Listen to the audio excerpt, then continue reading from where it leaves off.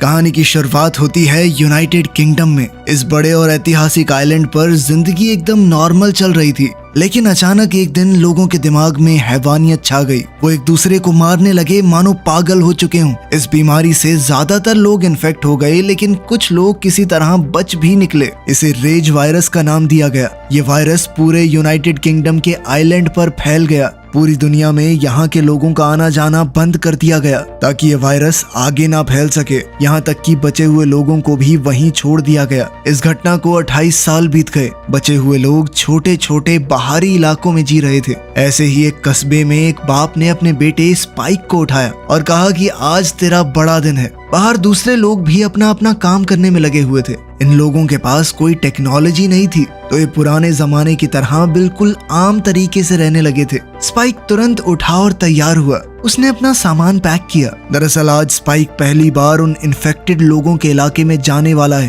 वो अपने पिता के साथ खाने पीने का सामान ढूंढने जाएगा, और एक बार अगर वो शिकार के लिए चला गया तो बच्चा नहीं रहेगा, मर्द बन जाएगा। उसके पिता जेमी ने उससे पूछा कि सब कुछ पैक कर लिया है। स्पाइक ने फिर से चेक किया और कहा कि हाँ। जब वो लोग खाना खा रहे थे तो घर के दूसरे हिस्से से आवाज आई। स्पाइक की माँ उठ गई थी। जेमी पहले उसके कमरे में गया और स्पाइक पीछे पीछे। माँ ने उनकी मदद न कर पाने के लिए उनसे माफी मांगी और स्पाइक को गले लगा लिया। उसने कहा कि सुबह से मेरे सर में बहुत दर्द है। वो ठीक होने की कोशिश तो करती है, लेकिन साफ दिख रहा था कि ये बीमारी उसे पकड़ चुकी है। माँ को दोबारा बिस्तर पर लेटाकर स्पाइक अपने पिता जेमी के साथ निकल गया। जब वो लोग गांव से गुजर रहे थे तो लोग उन्हें अलविदा कहने बाहर निकले। कुछ लोग हिम्मत दे रहे थे तो कुछ बस सर हिलाकर इज्जत। एक छोटी लड़की ने तो स्पाइक को एक फल भी दिया। इस कस्बे के गेट पर वहाँ की लीडर जेनी उनका इंतजार कर रही थी। जेनी ने फिर उन्हें अपने कस्बे के नियम याद दिलाए। एक बार तुम लोग बाहर चले गए तो वापस आ सकते हो, लेकिन अगर नहीं आए तो कोई तुम्हें बचाने नहीं जाएगा।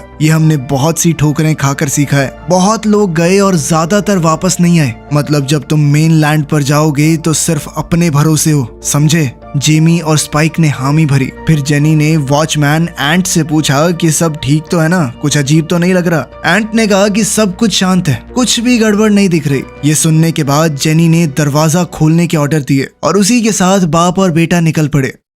उनके पास बंदूकें नहीं हैं, सिर्फ तीर और चाकू हैं। चलते हुए जेमी ने स्पाइक से इस रास्ते के बारे में कुछ सवाल किए। स्पाइक ने बताया कि यही हमारा पुल है, सिर्फ इसी रास्ते से हम मेन लैंड जा सकते हैं। लेकिन ये रास्ता सिर्फ तभी दिखता है जब लहरें कम होती हैं। जब लहर ऊपर आ जाएगी तो ये रोड पानी में डूब जाएगा और हम भी डूब जाएंगे। जेमी ने स्पाइक को बताया कि सिर्फ 4 घंटे हैं हमारे पास, उसके बाद लहरें बहुत ऊंची हो जाएंगी, तो हम टाइम पर निकल लेंगे, ठीक है? वो दोनों संभल कर आगे बढ़ रहे थे और तभी उन्हें एक सुनसान जगह दिखाई दी। जेमी ने कहा कि यहाँ से हम अपना फ्यूल लेते हैं, एक दिन तुम्हें भी यहाँ काम करना होगा। फिर वो दोनों ऊपर की तरफ चढ़ने लगे और एक बड़ा सा खाली मैदान दिखा। इसे देखकर स्पाइक हैरान हो गया। उसने अपनी जिंदगी में सिर्फ वो छोटा सा गांव देखा था। इतनी बड़ी खुली जगह उसने कभी नहीं देखी थी। स्पाइक ने कहा कि जैसे हम बचे हुए हैं, इसी तरह और लोग भी तो अपने कस्बे बना के रह रहे होंगे। जिस पर जेमी ने कहा कि इतना मत सोचो, जो है उसमें खुश रहो, ठीक है? अब दोनों आगे बढ़ चले जंगल की तरफ। दूर कुछ हिलता हुआ दिखाई दिया। वो एक बड़ा सा इन्फेक्टेड आदमी था। उसका शरीर टेढ़ा मेढ़ा और गंदा था, अजीब और डरावना। जेमी ने उसकी ओर इशारा करके स्पाइक को बताया कि क्या करना है। एक इन्फेक्टेड देखा है तो मतलब आसपास और भी होंगे। हर तरह के इन्फेक्टेड इंसान को अलग तरीका है मारने का। इस वाले की गर्दन पर गोली मारनी होगी। वो इन्फेक्टेड अजीब तरीके से चल रहा था। उसके ऊपर फंगस और चिपचिपा सा कुछ लगा हुआ था। उसकी काली चमड़ी लटक रही थी। शरीर आधा जिंदा आधा मरा हुआ। वो जमीन पर घिसड़ घिसड़ कर चल रहा था। जल्द ही वो कुछ खाने लगा। स्पाइक ने अपना तीर कमान निकाला और निशाना साधा। उसका तीर बिल्कुल गर्दन के पार हो गया, लेकिन पीछे से एक और इन्फेक्टेड आ गया। जेमी ने उसे देख लिया और फटाक से निशाना लगाया। धीरे धीरे और भी इन्फेक्टेड लोग आने लगे। जेमी ने बड़ी शांति से काम लिया। उसने एक एक करके सटीक निशाने लगाते हुए सबको मार डाला। फिर उन्हें एक छोटी इन्फेक्टेड बच्ची दिखाई दी। उन दोनों ने ही उस पर तीर नहीं चलाया और वो लड़की भाग गई। जेमी ने स्पाइक को शाबाशी दी। अच्छा शॉट था। तो कैसा लग रहा तुम्हें अपने पहले शिकार के बाद? स्पाइक ये सारा खून खराबा देखकर थोड़ा डरा हुआ था। जेमी ने कहा कि बुरा महसूस मत कर, क्या खाक जिंदगी जी रहे थे ये? तूने तो इन्हें मुक्ति दी है और अब हमें जल्दी से निकलना होगा, ये आवाज सुनकर और इन्फेक्टेड आ जाएंगे। अब वो दोनों और अंदर बढ़ने लगे मेन लैंड में। अचानक ही एक हिरणों का झुंड पेड़ों के बीच से भागने लगा। स्पाइक पहली बार ऐसे जानवर देखकर हैरान और खुश दोनों हो गया। अब उन्हें एक खाली घर मिला, दोनों ने तीर तैयार रखे और आगे बढ़े। घर ऐसा लग रहा था मानो किसी ने पहले ही यहाँ जांच पड़ताल कर ली है, जो भी काम का मिला ले जा चुके हैं, लेकिन फिर भी उन्होंने तलाशी लेना सही समझा। कुछ देर बाद जेमी को एक फ्रिस्बी मिली। उसने एक्साइटेड होकर उसे स्पाइक को दिखाया। तभी एक और कमरे से आवाज आने लगी। दोनों चेतावनी से उस कमरे की तरफ बढ़ने लगे। अंदर उन्हें एक डेड बॉडी लटकी हुई मिली, उल्टी पैर से बंधी हुई। उसकी छाती पर मानो कुछ कोद दिया गया था। स्पाइक ने अपना चेहरा घुमा लिया, लेकिन जेमी ने कहा कि देखो, ध्यान से देखो। तभी वो बॉडी हिलने लगी। वो आदमी इन्फेक्टेड था। जेमी की आवाज सीरियस हो गई। उसने स्पाइक को बताया कि तू कह रहा था ना कोई और कबीला भी देखना है, ये ऐसे ही किसी कबीले का आदमी है। इसे सजा के तौर पर यहाँ लटकाया गया है ताकि वो इन्फेक्टेड इसे जिंदा खा जाएं। स्पाइक इतनी हैवानियत देखकर हिल गया। उसने पूछा कि ऐसा कोई क्यों करेगा, कुछ किया होगा इसने ऐसा, मुझे क्या पता। जेमी ने जवाब दिया। उसने स्पाइक से कहा कि इसे खत्म कर दो, इससे पहले ये पूरी तरह इन्फेक्ट हो जाए। इस आदमी को इसके दर्द और तड़पन से मुक्ति दे दो। स्पाइक थोड़ा हिचकिचाया, जिसके बाद वो आदमी झटके लेने लगा, फिर तेजी से हिलने लगा, जिससे रस्सी टूट गई और आदमी जमीन पर गिर पड़ा। उसी पल स्पाइक ने एक तीर उसके सर में दाग दिया और वो आदमी मारा गया। जेमी ने खुश होकर कहा कि बढ़िया, ये सही किया तुमने। और दोनों आगे बढ़ गए। दोनों जंगल के अंदर बढ़ रहे थे। आगे उन्हें एक हिरन के बचे हुए टुकड़े मिले, फाड़े हुए, इधर उधर बिखरे हुए। ये देखकर स्पाइक को घिन आ गई। पहले लगा शायद किसी बाज ने खाया होगा, लेकिन हिरन का सर उन्हें पेड़ के ऊपर लटका हुआ मिला। इससे सब कुछ साफ हो गया। इसका एक ही मतलब है कि यहाँ पर एक अल्फा है। अल्फाज बाकी इन्फेक्टेड लोगों जैसे नहीं होते। ये ज्यादा ताकतवर, तेज और चालाक होते हैं। इंसानों की तरह काफी हद तक सोच सकते हैं। जेमी और स्पाइक तुरंत समझ गए कि जल्दी से वापस जाना होगा। स्पाइक ने पूछा, हम वापस जा रहे हैं? जेमी ने कहा कि तुमने अपना शिकार कर लिया, इसी के लिए आए थे, अब सवाल मत करो। लेकिन स्पाइक और सवाल पूछने लगा। जेमी ने उसे एकदम चुप होकर चलने के लिए कहा। दोनों तेजी से वापस जाने लगे, लेकिन अब देर हो चुकी थी। थोड़ा दूर इन्फेक्टेड दिखाई दे रहे थे। पहले एक, फिर उनके बीच में एक अल्फा भी आ गया। जेमी स्पाइक को जंगल के अंदर ले गया और पीछे से इन्फेक्टेड का एक झुंड उनकी तरफ बढ़ने लगा। इन्फेक्टेड एक अलग से तरीके से चलते हैं और बहुत तेज भी। जेमी ने तुरंत उनका सामना किया। वो और स्पाइक आगे बढ़ते रहे, दौड़ते हुए, तीर चलाते रहे। उन्हें कुछ भी करके इस झुंड से दूर रहना होगा, फंस गए तो मारे जाएंगे। लेकिन स्पाइक अब घबरा गया। डर उस पर हावी हो गया था। उसकी सारी ट्रेनिंग धरी की धरी रह गई। उसका एक भी तीर निशाने पर नहीं लग रहा था। लेकिन जेमी उन पर तीर बरसाता हुआ स्पाइक को भी साथ साथ बता रहा था कि कैसे तीर चलाना है। लेकिन स्पाइक बहुत ज्यादा डर चुका था। बड़ी मुश्किल से वो दोनों एक पुराने घर तक पहुंचे और दरवाजे को जोर से बंद कर दिया। जैसे जैसे इन्फेक्टेड उनके करीब आ रहे थे, जेमी उन्हें तीर से मार रहा था। जेमी और स्पाइक जल्दी से सबसे ऊपर वाले स्टोरेज एरिया में चढ़ गए। उन्होंने ऊपर आने के पूरे रास्ते को अपनी तरफ से जितना हो सकता था बंद कर दिया। उन्होंने देखा कि इन्फेक्टेड उन्हें अभी भी ढूंढ रहे हैं। जेमी पीछे लेट गया। वो बहुत ज्यादा थक चुका था। रात को उन दोनों ने दूर से देखा कि अल्फा दूर खड़ा उन्हें देख रहा है। जेमी ने स्पाइक को बताया कि ये बाकी सब जैसा नहीं है, हम उससे लड़ नहीं सकते, खासकर इन तीरों के साथ तो बिल्कुल भी नहीं। ये काफी नहीं होंगे उसे मारने के लिए। डर के मारे स्पाइक ने पूछा कि अब हम क्या करेंगे, जिस पर जेमी ने उसे बताया कि हमारे पास एक ही ऑप्शन है, बस इंतजार करना। स्पाइक ने अपने पिता से बहुत ज्यादा डर जाने के लिए माफी मांगी। इस पर जेमी ने कहा कि पागल है क्या, तूने तो बहुत अच्छा किया। अपने पीछे इन्फेक्टेड लगे देख के अच्छों की फट जाती है। वापस आइलैंड जाने का कोई रास्ता नहीं था और मेनलैंड खतरे से भरा था, इसीलिए वो रात को वहीं रुक गए। तभी स्पाइक की नजर दूर कहीं जल रही एक आग पर पड़ी। उसने उत्सुक होकर अपने पिता से पूछा कि ये क्या है, पर जेमी को इस बारे में पता नहीं था। उस रात स्पाइक को एक बुरा सपना आया। उसकी माँ अंधेरे में डूब रही थी। उसने उनका नाम लिया, हाथ बढ़ाया, पर मदद करने से पहले ही वो गायब हो गई। वो डर कर जाग गया, लेकिन असली दुनिया में भी खतरा था। उनके नीचे का कमजोर फर्श अचानक से टूट गया और जहां वो बैठे थे उस जगह का एक हिस्सा नीचे गिरने लगा। वो ऐन वक्त पर बच निकले और इस मौत के करीब वाले हादसे ने उनका फैसला और मजबूत कर दिया कि उन्हें फौरन अपने कस्बे की तरफ वापस जाना होगा। किस्मत से उस रास्ते पर अभी पानी कम था और एक पतला सा रास्ता समुद्र से खुला हुआ था। बिना देर किए वो निकल पड़े, चुपचाप और तेज चलकर। जैसे ही वो आइलैंड के करीब पहुंचे तो बाप बेटे दोनों ने चैन की सांस ली, लेकिन उनकी राहत ज्यादा देर तक नहीं टिकी। जंगल से अचानक पक्षियों का झुंड उड़ता हुआ निकला। कुछ तो गड़बड़ है। ये अल्फा था जो पूरी रफ्तार से उनकी तरफ दौड़ रहा था। वो दोनों भागे और आगे आइलैंड का गेट नजर आया। उन्होंने जोर से चिल्लाकर वार्निंग दी, जिसे दीवारों पर खड़े रक्षक ने तुरंत सुन लिया और तीर बरसाने लगा उस खतरे पर। लेकिन ये तीर अल्फा को मारने के लिए काफी नहीं थे। वो वापस से उठ खड़ा हुआ और उनका पीछा करता रहा। अचानक स्पाइक का पैर जवाब दे गया। जेमी और स्पाइक दोनों जमीन पर गिर पड़े और अल्फा उनके बेहद करीब आ गया।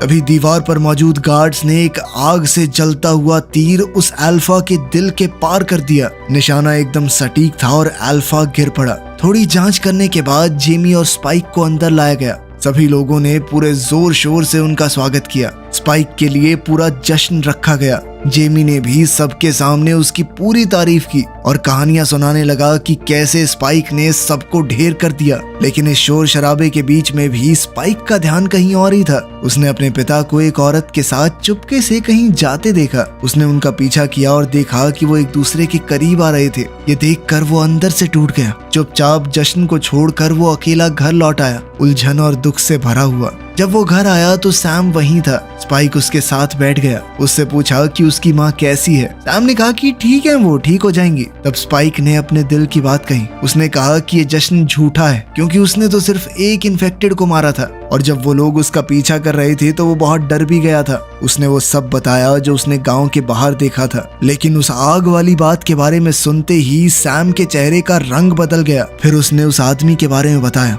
डॉक्टर इयन केल्सन, जो कि कभी एक बहुत जाना माना विद्वान डॉक्टर था। केल्सन सालों पहले दुनिया से अलग थलग होके रहने लगा। अगर वो आग आज भी जल रही है तो इसका मतलब है कि केल्सन अभी भी जिंदा है। स्पाइक ने डॉक्टर के बारे में और पूछा, क्योंकि अब डॉक्टर्स बचे ही नहीं थे। लेकिन सैम ने ज्यादा कुछ बताने से इनकार कर दिया।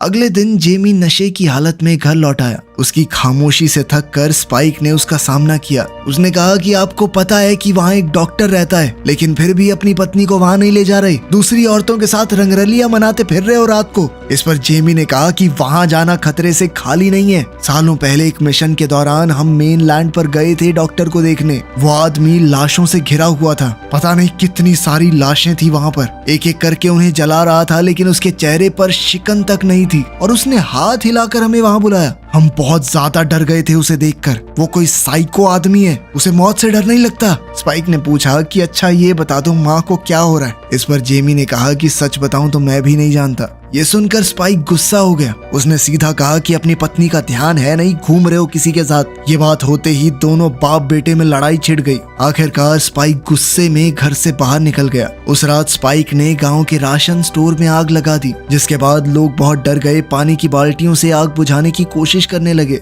इस धुएं और अफरा तफरी में स्पाइक को अपनी माँ को लेकर गाँव से निकलने का मौका मिल गया। वो उन्हें डॉक्टर के पास ले जाना चाहता था ताकि उनकी जान बच सके। शाम को वो जंगल के एक हिस्से में रुक गए और एक छोटा सा कैंप बनाया। बातें करते हुए वो लेट गए। स्पाइक ने अपनी माँ से कहा कि आप सो जाइए, मैं पहरा दूंगा। लेकिन फिर धीरे धीरे वक्त के साथ वो खुद भी सो गया। जब वो सो रहा था तो एक इन्फेक्टेड रेंगते हुए उस पर हमला करने आई। वो इन्फेक्टेड बस थोड़ी ही दूर थी कि तभी किसी ने उस पर हमला करके उसे मार दिया। सुबह जब स्पाइक उठा तो वो इसला के पास था। ना तो इसला को याद था और ना ही स्पाइक को कि आखिर इस इन्फेक्टेड को मारा किसने। लेकिन लाश देखकर इसला को कुछ याद आने लगा, जैसे उसने ही उस चीज को मारा हो। मेनलैंड के एक हिस्से में सिपाहियों के एक झुंड पर हमला हुआ। एक अल्फा उन्हें लीड कर रहा था और एक एक करके कई फौजी मारे गए। सिर्फ एक बचा, जख्मी, अकेला और दर्द से करहाता हुआ। जंगल के दूसरे हिस्से में इन्फेक्टेड लोग एक नदी में खड़े थे। वो धीरे धीरे चल रहे थे। उनमें एक औरत भी थी जो प्रेग्नेंट है। स्पाइक और इसला अपना सफर मेनलैंड पर जारी रखते हैं। इसला की हालत अभी भी ठीक नहीं थी। उसे कभी भी अजीबोगरीब चीजें दिखाई देने लगती। स्पाइक ने देखा कि उसकी माँ की नाक से खून आ रहा है। उसने फिर एक इन्फेक्टेड को देखा जो उसके सामने से लंगड़ाता हुआ जा रहा था। वो बहुत पतला और टूटा फूटा था। इस कस्बे के गेट पर पर जैसे ही उसकी लाश जमीन पर गिरी, उसकी आवाज पास के इन्फेक्टेड लोगों के पास पहुंच गई। जिसके बाद एक छोटा सा झुंड उनके पीछे भागना शुरू हो गया। मजबूर होकर स्पाइक और इसला एक पुराने पेट्रोल पंप में घुस गए। यहाँ पर किसी तरह की गैस फैली हुई थी, सांस लेना बहुत मुश्किल हो रहा था और ऊपर से इन्फेक्टेड लोग यहाँ से भी करीब आ रहे हैं। तभी वो अकेला सिपाही भी वहाँ पहुँच गया। उसके गोली चलाते ही गैस ने आग पकड़ ली और इन्फेक्टेड जलकर मारे गए। बाहर निकलने के बाद उन्होंने उस आदमी को देखा जिसने उनकी जान बचाई थी। उसने अपना नाम एरिक बताया। उसकी आंखों में शक साफ दिख रहा था। उसने स्पाइक और इसला को इसलिए बचाया था क्योंकि उसे था कि ये लोग आइलैंड के ही हैं, ये मेरी मदद जरूर करेंगे। एरिक चलना चाहता था पर स्पाइक अपनी माँ को छोड़ने के लिए बिल्कुल भी तैयार नहीं था। वो तीनों फिर से जंगल की तरफ चल दिए। एरिक ने इसला को अपनी पीठ पर उठा लिया। रास्ते में एरिक ने बताया कि उसकी टीम का जहाज समुद्र में तूफान से टूट गया। सिर्फ वही बचकर यहाँ तक पहुँच पाया है, बाकी उसके सारे साथी मारे गए। उसने बताया कि अब मेरी जिंदगी भी तुम्हारी तरह यहीं फंस कर रह गई है, क्योंकि एक बार जो इस आइलैंड पर आ जाए वो कभी वापस नहीं जा सकता। बैठकर आराम करते वक्त एरिक ने स्पाइक को अपने फोन में अपनी गर्लफ्रेंड की तस्वीर दिखाई, जिस पर स्पाइक बोला, इसकी शक्ल इतनी अजीब क्यों है। कुछ देर बाद फोन की बैटरी बंद हो गई, जिसके बाद एरिक ने उसे दूर फेंक दिया। आगे बढ़ने पर इसला की थोड़ी तबीयत ठीक हुई और उसने खुद चलना शुरू किया। तभी उसने एक अजीब सी आवाज सुनी। वो आवाज उसे खींच कर एक पुरानी ट्रेन तक ले गई, जो पेड़ों से घिरी हुई घास से ढकी हुई थी। अंदर जाकर उसने कुछ ऐसा देखा जो उसने कभी सोचा भी नहीं था। एक इन्फेक्टेड जो कि प्रेग्नेंट थी, वो दर्द से करहा रही थी और उसका बच्चा पैदा होने वाला था। इसला बिना कुछ सोचे अंदर चली गई और उस इन्फेक्टेड औरत की मदद करने लगी। डिलीवरी आसान रही और एक नया जन्म हुआ। जल्द ही उसने एक बच्चे को जन्म दिया। बच्चा बिल्कुल सही था, उसके अंदर ये बीमारी नहीं थी, पर जैसे ही वो माँ बैठी उसके अंदर की बीमारी जाग उठी और वो इसला पर झपट पड़ी। एरिक ने तुरंत बचाव किया। उसने इसला की तरफ मुड़कर कहा कि इस बच्चे को छोड़ दो, ये खतरा है। इसला नहीं मानी, बच्चे को अपनी गोद में लेकर उसके आगे खड़ी हो गई। उसे पूरा यकीन था कि वो उसे नुकसान नहीं पहुंचाएगी। तभी अचानक पेड़ों के बीच से एक अल्फा निकला और उसने पल भर में एरिक को चीर फाड़ दिया। स्पाइक और इसला उसे देखकर भाग निकले। अल्फा उनके बिल्कुल पीछे था। जैसे ही वो उन्हें पकड़ने वाला था, एक आदमी सामने आया, डॉक्टर केल्सन। उसने एक पाइप में फूंक मारकर एक डार्ट सीधा अल्फा को मार दिया। तीर में कुछ तो ऐसा मिला हुआ था कि अल्फा वहीं रुक गया। वो बेहोश होकर नीचे गिर पड़ा। केल्सन ने तुरंत एरिक का सर उठाया और तब स्पाइक को पता चला कि यही आदमी डॉक्टर केल्सन है। उसने अपना नाम बताया और कहा कि हमें आपकी मदद की जरूरत है। डॉक्टर केल्सन उन्हें गहरे जंगल के अंदर ले गया। फिर उन्होंने कुछ ऐसा देखा जो उन्होंने कभी नहीं सोचा था। उसने खोपड़ियों के एक ढेर का बड़ा पिरामिड बना रखा था। हर खोपड़ी एकदम सोच के सेट की गई लगती थी। एरिक के शरीर को जलाने के बाद डॉक्टर केल्सन ने उसकी खोपड़ी स्पाइक को दी और कहा कि इसे भी पिरामिड में रख दो। स्पाइक अभी भी काफी शॉक में था। वो बिना कुछ बोले वही करता गया जो कहा गया। फिर केल्सन बच्चे की तरफ मुड़ा। स्पाइक ने उससे कहा कि बच्चा इन्फेक्टेड नहीं है। ये सुनकर तो डॉक्टर केल्सन पूरी तरह हैरान हो गया। ये एक बड़ी खोज थी, यानी कि अब भी चांस है इंसानियत के बचने का इस आइलैंड पर। लेकिन बच्चे को जिंदा रहने के लिए दूध चाहिए। पानी से वो ज्यादा समय तक नहीं बच पाएगा।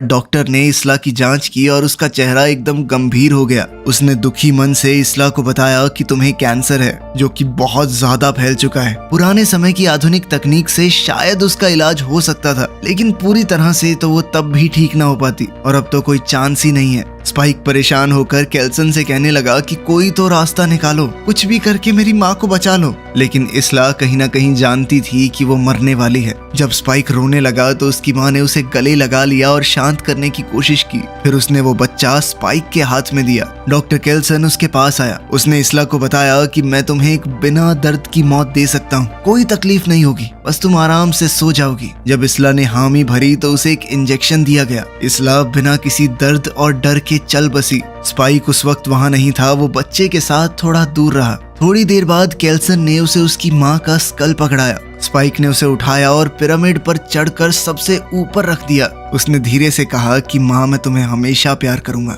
जैसे ही सुबह हुई उन्हें महसूस हुआ कि अल्फा वहां आ चुका है। वो बहुत ज्यादा गुस्से में था। डॉक्टर केल्सन स्पाइक और बच्चे को लेकर जमीन के अंदर छुप गया, लेकिन अल्फा ने केल्सन को पकड़ लिया। स्पाइक ने तुरंत एक बेहोश करने की दवाई उठाई और उस क्रीचर में घुसा दी, जिससे केल्सन की जान बच गई। केल्सन ने स्पाइक का शुक्रिया अदा किया और कहा कि अब तुम्हें आगे बढ़ना चाहिए। स्पाइक अपने सफर पर निकल गया और लगभग 28 दिन बाद वो अपने कस्बे के गेट तक पहुंचा। वहां उसने बच्चे को एक नोट के साथ छोड़ दिया। उस नोट में लिखा था कि मुझे मत ढूंढना, बस इस बच्चे का ख्याल रखना। उसने उस बच्ची का नाम भी लिखा, इसला, अपनी माँ के नाम पर। समुद्र के उस पार जिमी अपने बेटे को दोबारा से नहीं खोना चाहता था, लेकिन लहरें बहुत तेज थी, पार करना मुमकिन नहीं। वो जोर जोर से चिल्लाकर स्पाइक तक पहुंचने की कोशिश करता रहा, पर उसकी आवाज लहरों में दब कर रह गई। उसका बेटा पहले ही जा चुका था। जंगल में स्पाइक अकेला छोटी सी आग पर मछली पका रहा था। तभी खतरा वापस आ गया। एक इन्फेक्टेड चुपके से उसकी तरफ आया, लेकिन स्पाइक ने उसे मार गिराया। फिर और इन्फेक्टेड आ गए और जैसा उसके पिता ने सिखाया था, स्पाइक धड़ाधड़ तीर चलाता रहा। तभी कोई दूसरा आदमी आया और उसके शिकार की तारीफ करने लगा। बहुत सारे इन्फेक्टेड अब उनके पीछे आने लगे। स्पाइक लगभग घिर चुका था, भागने का कोई तरीका नहीं।